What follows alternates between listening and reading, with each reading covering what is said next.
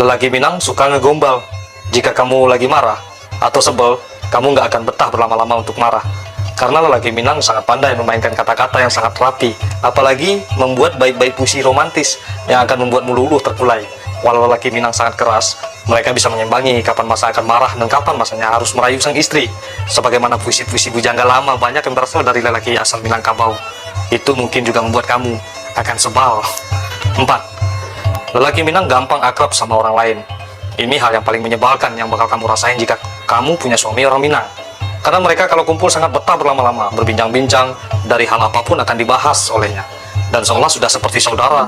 Semua jika mereka sesama orang Minang sedang berkumpul, mereka seperti tidak ada batasan antara sesama mereka.